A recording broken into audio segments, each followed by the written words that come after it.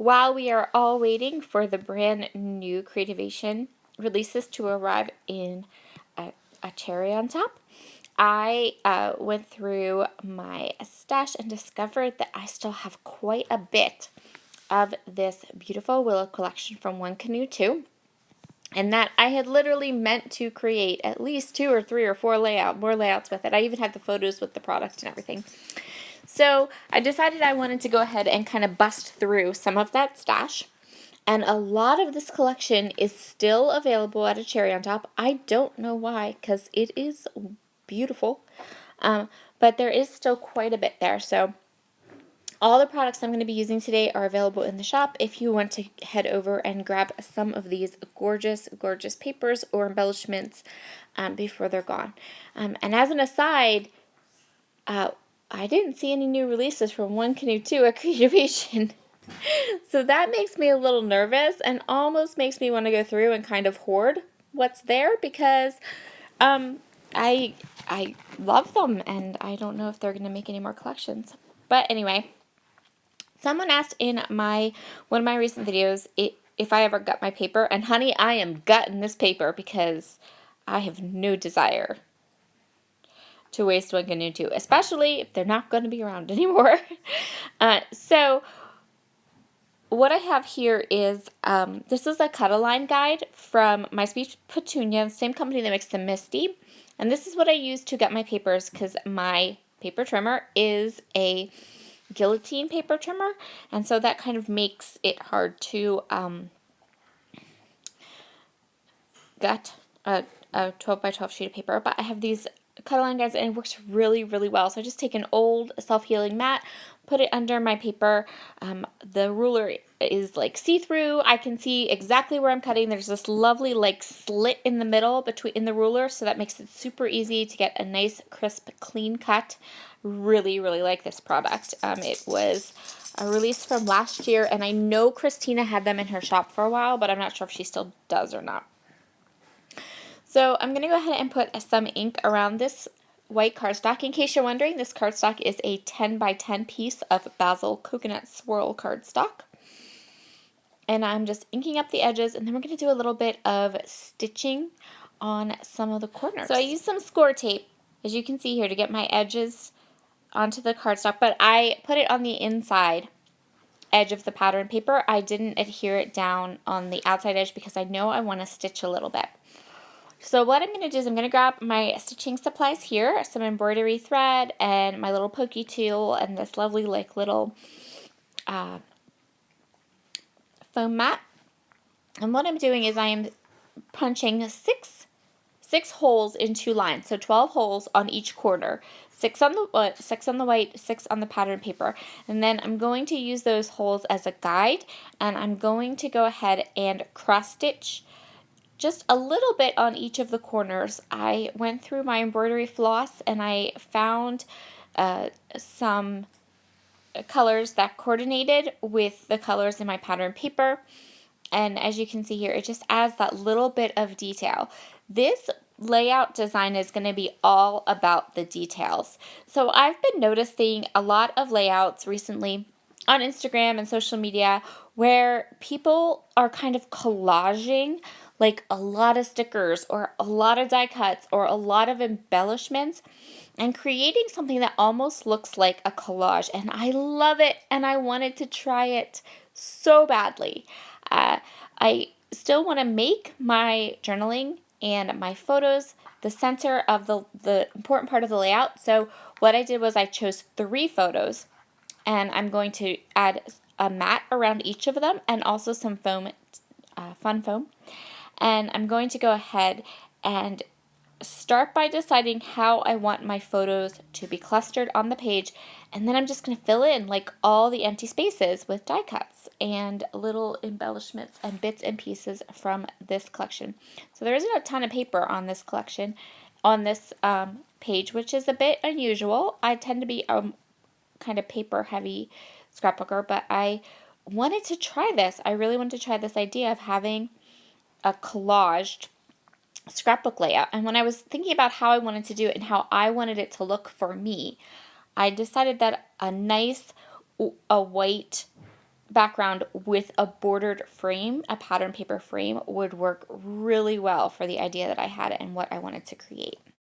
So this is the photo configuration I decided to go with, and now I'm just going to go ahead and start layering up the die cuts that I think I want to use. I know I want to use some of these beautiful floral pits. I admit to be hoarding the florals of this collection because I kind of love them, but I know that I definitely want to be able to use them. Sorry about that. That would be my kid. And then there's also some, to give you an idea about that sneeze, that was my 19-year-old son who was an entire floor away from me and he sneezed that loud. Eek. Okay, so I am taking bits and pieces from this collection, things that talk about sunshine and fresh air. This little die cut that says Replenish, I know I want to use that. I'm not really looking for the birds or the butterflies this time, but definitely some of those floral pieces and some of these beautiful quote pieces. So these photos, I'm sorry, I'm umming today. What's up with that? These photos are of my youngest son, Logan, and I. In July, we went to a place called Brookside Gardens in Maryland. It's just a beautiful conservatory. They have butterflies, and you've seen me do gobs and gobs of pictures from this trip before, and you'll probably see me do gobs and gobs more because just I took so many beautiful pictures. But and we spent an entire day there. Here, we had sat under this kind of pergola, and it was beautiful, and my little boy, who is 13, laid on the bench and put his head on my lap and curled up. And at 13, this is something that is never going to happen very much anymore. So I handed my phone to my husband, and I'm like, snap a couple pictures. So he did, and the journaling talks about how, I know that it's not going to be much, he's not going to be doing things like this for very much longer. He's going to hit those hormone-filled teenage years and be like, get away from me, Mom. So I definitely wanted to capture and preserve and keep this memory of him at this age still being a little bit cuddly and a little bit of a boy mom. Or a mama's boy. I'm always going to be a boy mom, but he's being mama's boy here. So all these beautiful die cuts are getting some Distress Oxide in Vintage Photo, just to give them a little bit of definition against the white cardstock. And then I'm placing them all down right here, and that was a sticker I think that replenished, so I'm just pushing it down, and I'm just going to go through and add in all the die cuts I wanted to add. And now I'm going into the sticker sheet. So like I said, this is a primarily an very embellishment heavy layout, which again is not something I really do a ton, but I really wanted to create this layout. I had it in my head that I wanted to do one of these layouts where you have like this collaged area of lots of embellishments that just kind of fit in everywhere onto the layout, almost like creating your own pattern paper, but with embellishments. And there were so many parts of this collection that fit so well with the story I wanted to tell and the mood I wanted to set that I really decided I was just going to go for it. So I'm using lots of these beautiful phrase stickers. I am going to go ahead and use the strawberries because we were outside and I felt like I don't think that strawberries are something I'm going to really gravitate to much. And there's only a couple of them, so it's not like you can do like a strawberry layout. You know what I'm saying? I'm going to cut these borders down and I'm going to place them. They're going to snuggle in right there under my photo perfectly. And the one in the middle is going to get a pop dot. And I love that little added element. And yeah, I'm just going to continue on here, going through, picking things out that I want to add. I think the next thing I add is, I feel like there's a gap at the top, right? There's that little like open space at the top, and I decide that I definitely want to fill that in with something.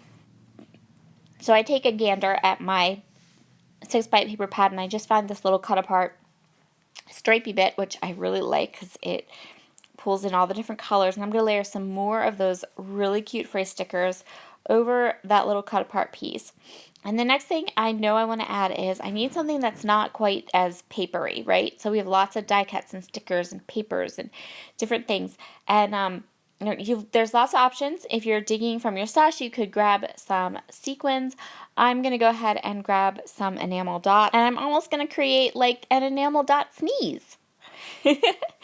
So what I'm doing here is there's two ways I'm putting these enamel dots onto my page. I am using them as a cluster, which is kind of how you would see me traditionally use them on a layout. But then I also am doing these little rows of them, which gives them a different kind of a look. So now instead of looking like they're random, they look like they're accenting part of the layout. And I really like how that looks, and I like how having both those kinds gives it a different feel. The enamel dots have a different feel to them, depending on how you orient them on your page. So thank you so much for joining me today. Here are your close-ups. Give a collage layout a try. This was so fun to put together. It was almost like creating a little bit of artwork or puzzle pieces. And if you have not gotten any of this gorgeous, gorgeous willow collection from A Cherry on Top, be sure to head over and grab some of it because you don't want to miss out. This collection is stunning. Have a wonderful day, and I'll see you all again soon. Bye.